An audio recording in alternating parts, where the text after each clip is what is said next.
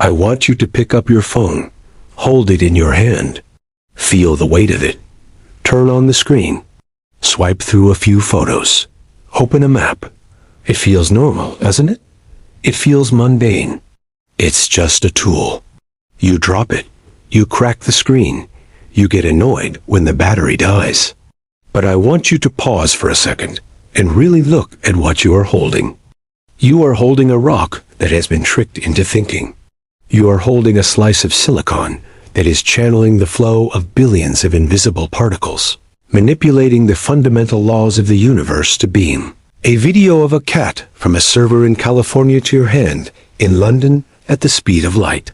We have a habit of thinking that quantum physics is something that happens in a lab. We think it as a subject for guys with crazy hair writing equations on chalkboards about parallel universes and dead cats. We think it is sci-fi. We think it belongs to the future. But this is the biggest lie in science. Quantum physics isn't the future. It is the present. It is the reason you are alive. It is the reason you can watch this video. It is the reason you don't get lost when you drive. It is the reason your toaster works. If the laws of quantum mechanics suddenly stopped working right now, if the universe reverted to the classical rules of Isaac Newton, your phone would instantly stop working. The internet would vanish. The sun would go dark, and your body would disintegrate. We are living in the quantum age. But most of us are completely blind to the machinery that keeps our civilization running. We are like cavemen using iPhones, pushing buttons without understanding the magic inside. Today, we are going to open up the hood of reality. We are going to look at the everyday objects in your house, your GPS, your laser pointer, your USB drive, and we are going to reveal the spooky, impossible quantum mechanics that make them tick. We are going to prove that you are already a quantum operator. If you want to understand the technology that rules your life, and you want to be the person at the dinner party who can explain how a laser actually works, make sure you hit that subscribe button. We are decoding the universe one mystery at a time, and you don't want to miss what's coming next. So, let's unlock your phone and see what's inside. Chapter 1. The Gatekeeper, the Transistor and Band Theory. Asterisk, asterisk. Let's start with the brain of the operation. The computer chip. Whether it's in your laptop, your phone, or your washing machine, every modern device runs on a processor.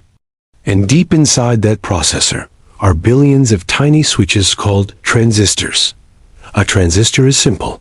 It's a gate. It can be open, 1, or closed, 0. By flipping these switches billions of times a second, we create logic. We create software. We create angry birds. But have you ever wondered how we fit 15 billion transistors onto a chip the size of a fingernail? How do you make a switch that is only a few atoms wide? And more importantly, how do you control the electricity without moving parts? The answer lies in a quantum concept called band theory. In the classical world, Newton's world, an electron is a marble. If you want to stop a marble rolling down a tube, you have to put a physical block in the way.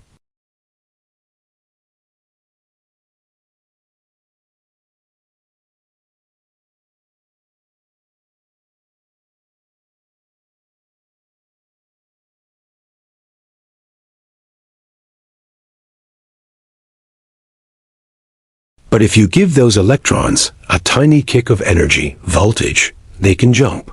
They teleport across a forbidden gap called the band gap and land in the conduction band.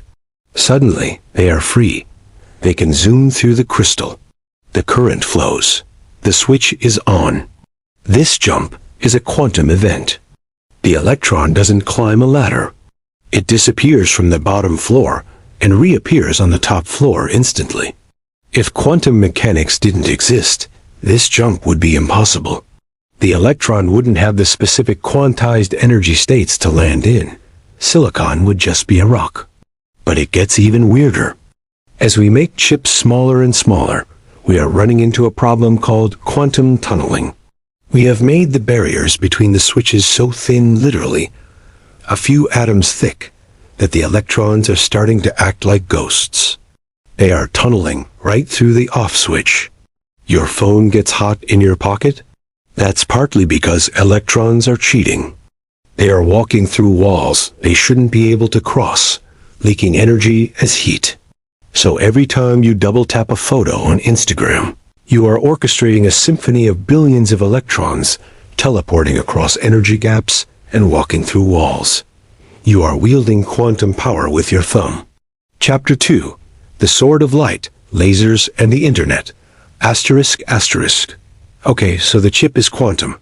But what about the Internet itself? How does this video get from a server farm in Virginia to your screen in mere milliseconds? It travels through cables. Fiber optic cables. And what is inside those cables? Light. Laser light. We see lasers everywhere. Barcode scanners. DVD players. Laser eye surgery. Cat toys. But a laser is not just bright light. A light bulb is a riot. It sends out photons of all different colors, frequencies, going in all different directions, out of sync. It is chaos. A laser is an army. It is photons of the exact same color, marching in the exact same direction, in perfect lockstep. How do we create this army? We use a quantum trick that Albert Einstein discovered in 1917 called stimulated emission. Here is the recipe. 1. You take an atom. You hit it with energy. An electron gets excited and jumps up to a higher energy level.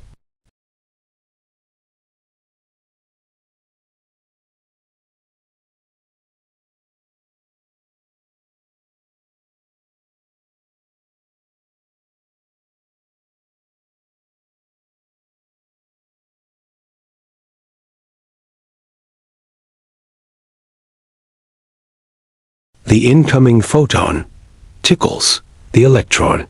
It forces it to drop right now, and when it drops, it releases a new photon. But here is the magic. The new photon is a clone. It is the exact same color, moving in the exact same direction, and vibrating in the exact same phase as the first photon. Now you have two clones. Those two clones hit two more atoms. Now you have 4. Then 8, then 16. It causes a chain reaction. An avalanche of light, LASER. Light amplification by stimulated emission of radiation. It is a quantum copying machine. Without this quantum synchronization, we couldn't send data down fiber optic cables. Regular light would scatter and fade in a few feet. Laser light can travel for miles without losing its focus. Without the laser, there is no broadband, no YouTube, no Amazon, no global economy. The entire digital world is built on Einstein's realization that atoms can be bullied into singing in harmony. Chapter 3. The Clock in the Sky, GPS and Relativity, asterisk, asterisk. Let's leave the house. Let's get in the car. You type an address into Google Maps. Take me to the nearest coffee shop. A blue dot appears on the screen. It knows exactly where you are, down to a few meters. How? You probably know it uses satellites. The Global Positioning System, GPS. There are about 30 satellites orbiting the Earth. Your phone listens to a signal from 3 or 4 of them. It measures how long the signal took to arrive. It does some triangulation math. Distance equals speed x time, and boom, it finds you. But there is a catch. Light travels incredibly fast, 300,000 kilometers per second. If the clock on the satellite is wrong by just 1 microsecond, 1/1,000,000th of a second, the calculation will be off by 300 meters. If the clock is wrong by a millisecond, you could be in the wrong city. So the clocks on the satellites need to be perfect. Mechanical watches won't work. Quartz watches won't work. We need a quantum clock. An atomic clock. An atomic clock doesn't use gears. It uses cesium atoms. We blast a cesium atom with microwaves. We tune the frequency until the electrons in the cesium atom make a quantum jump between two specific energy levels. This jump requires a very specific frequency, 9,192,631,770 cycles per second. This is the heartbeat of the universe. It never changes. It doesn't slow down. It doesn't rust. We define 1 second, not by the rotation of the Earth, but by counting 9 billion of these quantum ticks. But wait, it gets more complicated. Because the satellites are moving fast 14,000 kilometers per hour, Einstein's special relativity says time slows down for them. They lose 7 microseconds a day. Because the satellites are high up, far from Earth's gravity, Einstein's general relativity says time speeds up for them. They gain 45 microseconds a day. Net result, the clocks on the satellites run 38 microseconds faster per day than clocks on Earth. If we didn't fix this, if we didn't account for the bending of spacetime and the quantum heartbeat of atoms, your GPS would drift by 10 kilometers every single day. Within a week, the map would be useless. Every time you look at that blue dot, you are relying on a system that is actively correcting for the warping of time and the vibration of atoms. You are navigating using the fabric of spacetime itself. Here is part 2 of the script, approx 1,600 words. This completes our tour of the quantum technology you use every day, moving from the hospital to the stars, and finally to the future of privacy itself. Let's move from your pocket to something more serious. Let's go to the hospital. Maybe you've been there. Maybe you hurt your knee, or you had headaches, and the doctor ordered an MRI. You lay down on a table. You slid into a giant white donut. It made loud banging noises. Clank, clank, clank. And 30 minutes later, the doctor showed you a perfect high-definition slice of your own brain. How? Did they X-ray you? No. X-rays are dangerous. They use high-energy radiation. Did they cut you open? No. They used quantum physics to make the atoms in your body sing. To understand an MRI, you have to understand a spooky quantum property called spin. Every proton in the universe is spinning. Not like a spinning top, that's a metaphor, but they possess an intrinsic angular momentum. Because they are spinning and they have an electric charge, they act like tiny magnets. They have a north pole and a south pole. Your body is 70% water. Water that is hydrogen. The nucleus of a hydrogen atom is a single proton. So, you are basically a walking bag of billions of tiny magnets. Normally, these magnets are pointing in random directions. It's chaos. But when you slide into the MRI machine, magnetic resonance imaging, you are entering one of the strongest magnetic fields on Earth. Suddenly, all those billions of protons in your body snap to attention. They align with the magnetic field. They all face north. You are now magnetized. Don't worry, you can't feel it. Then, the machine fires a pulse of radio waves at you. This pulse is tuned to the exact resonant frequency of the protons. It adds energy to them. It knocks them over. Imagine a field of wheat standing up, and then a wind blows them all flat. The protons are now spinning on their side. Then, the machine turns off the pulse. The protons want to go back to their comfortable, upright state, so they stand back up. And as they stand back up, they release that extra energy they absorbed. They send out a radio signal of their own. They sing. The machine listens. And here is the genius part. Protons in fat stand up at a different speed than protons in water, or protons in bone, or protons in a tumor. The computer measures the timing of the song. It says, okay, the signal from this spot happened fast, that's fat. The signal from this spot happened slow, that's water. It paints a picture based on the quantum dance of your hydrogen atoms. The clank-clank noise you hear? That is the sound of massive electromagnetic coils switching on and off to knock your atoms down and let them back up again. So, An MRI isn't a camera. It is a conversation. We talk to your body in the language of magnetism, and your body answers back in the language of quantum mechanics. Chapter 5. The Infinite Battery, Solar Power and Smoke Detectors. Asterisk asterisk. We have looked at information, chips, communication, lasers, and health, MRI. Now let's look at energy. Let's look at the ultimate source of energy, the sun. You might think the sun is just a big ball of fire, but fire is a chemical reaction.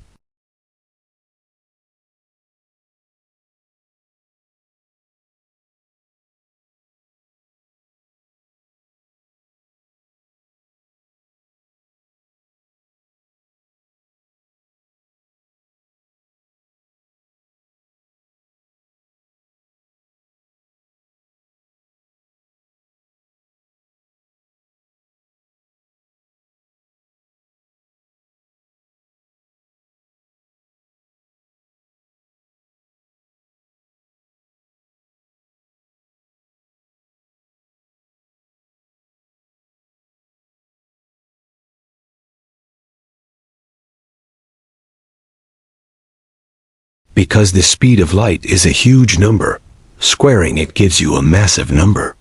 This means a tiny, tiny amount of mass contains a terrifying amount of energy.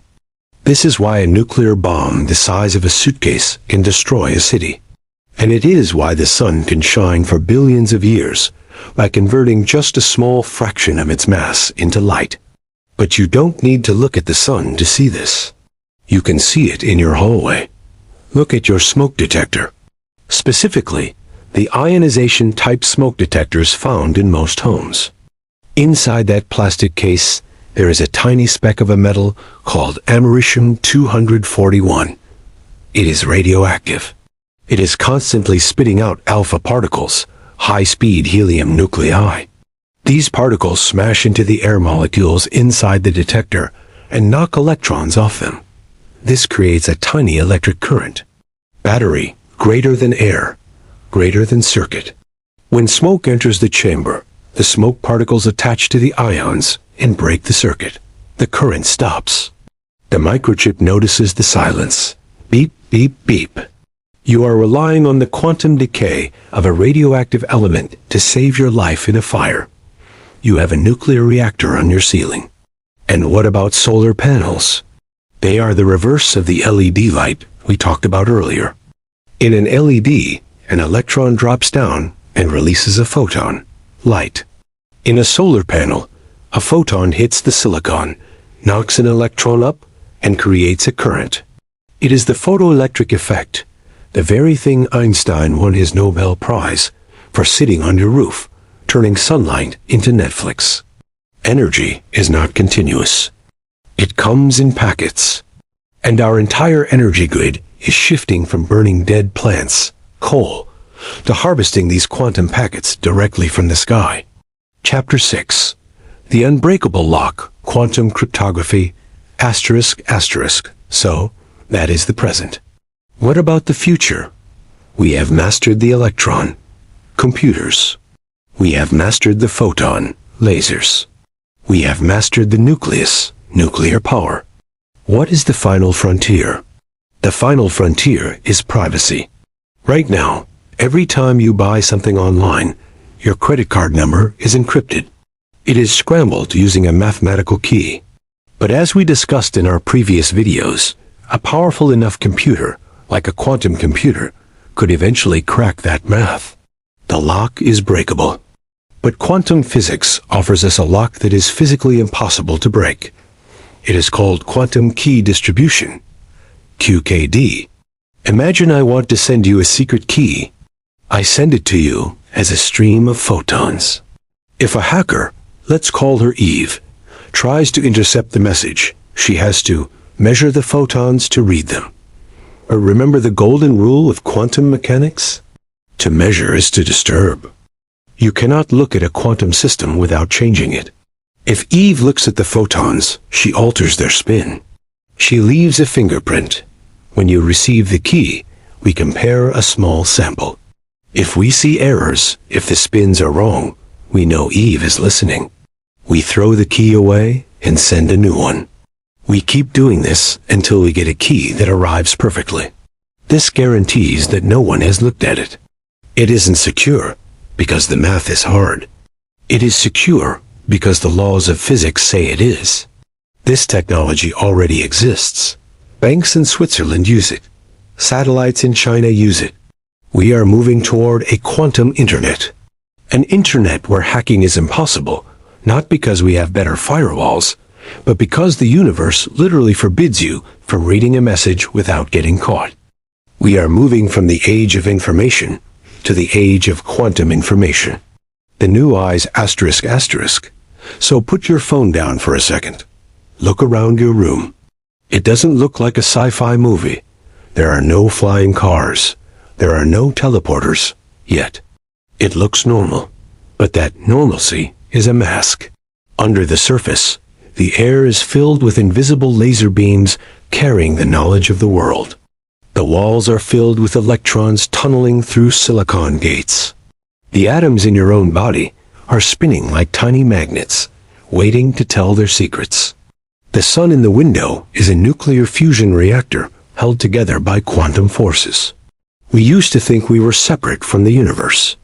We thought we were just observers looking at a big dead machine. But quantum physics tells us something different. It tells us that we are master manipulators of the fundamental code of reality. We have learned to reach into the atom and flip the switches. We have learned to tame the chaos.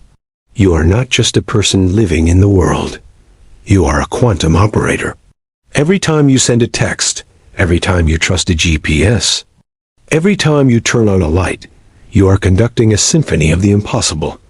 The magic isn't coming in the future. The magic is already in your hand. So the next time someone tells you that physics is boring, or that it's just abstract math, show them your phone. And tell them it is actually a rock that we taught to think by using the ghost of an electron. Thank you for watching. If you want to keep upgrading your understanding of reality, if you want to know what happens when we combine this tech with artificial intelligence, or what lies beyond the quantum realm, make sure you are subscribed. We are just getting started. Until next time, keep looking closer.